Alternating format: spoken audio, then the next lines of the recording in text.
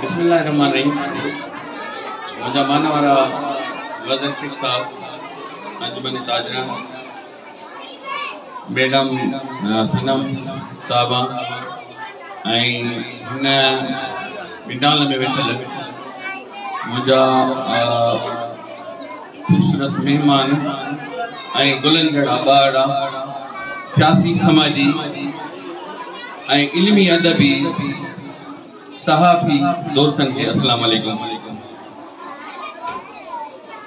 इमदाद हुसैनी जो शहर है जो नंढे इलाक़े से पढ़ंदा पाया आहियूं ॿुधंदा पाया आहियूं इन मौक़े की मुनासिबत से वो मां तव्हां सां शेयर करणु चाहियां थो। कदम वधाए अॻिते हल, कदम वधाए अॻिते हल, चंड ते पहुतो आहे इंसान, महिनत जो आहे सारो फल। इल्म त आहे सच जी वाट, इल्म त आहे सच जी वाट, वाट उन्हीअ ते हलंदो हल। पहाड़ पुरज़ा थी पवंदा बाहुन में जे आहे बल। वक्त बचाई वक्त विञाई मुफ्त मता, क़ीमत लाइणी हल पल। सो ही जेके पल आहिनि, हे जेके प्रोग्राम आहिनि, इहे असांखे शऊर ॾियनि था। ऐं जसलाणे मोहन फेलोशिप वारा अज़ीज़ुल्लाह मेमन साहब ऐं उन्हनि जो सथ, उन्हनि जा टीचर्स ऐं उन्हनि जा कुलीग्स, उन्हनि जा पाड़े वारा जंहिं हिन हिकु सकाफ़त खे उजागर कयो आहे।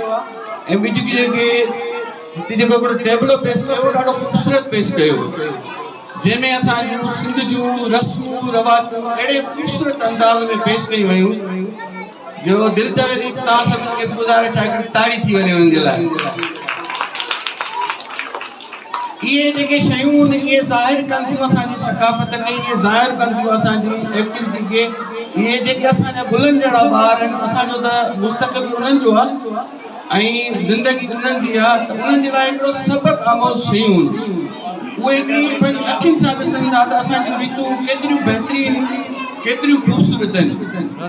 ऐं असांजे मुआशिरे में असांजे ॿारनि खे जेकॾहिं इहा शऊरी तालीम सां गॾु इल्मी अदबी ऐं सकाफ़ती तालीम ॾिनी वञे त मूंखे इन में को शक नथो थिए त असांजो ॿारु दुनिया जे लेवल जो ॿारु हूंदो। शर्त इहो आहे त असां पंहिंजे ॿारनि खे, पंहिंजी औलाद खे इन्हनि शयुनि ॾे राग़िब कयूं, इन्हनि खां उजागर कयूं। तव्हां सभिनी जी वॾी महिरबानी, ख़ासि करे अज़ीज़ुल्लाह मेमन साहब जन जी, जिन इज़त अफ़ज़ाई कई ऐं घुरायो, मां सभिनी जो थोराए थो।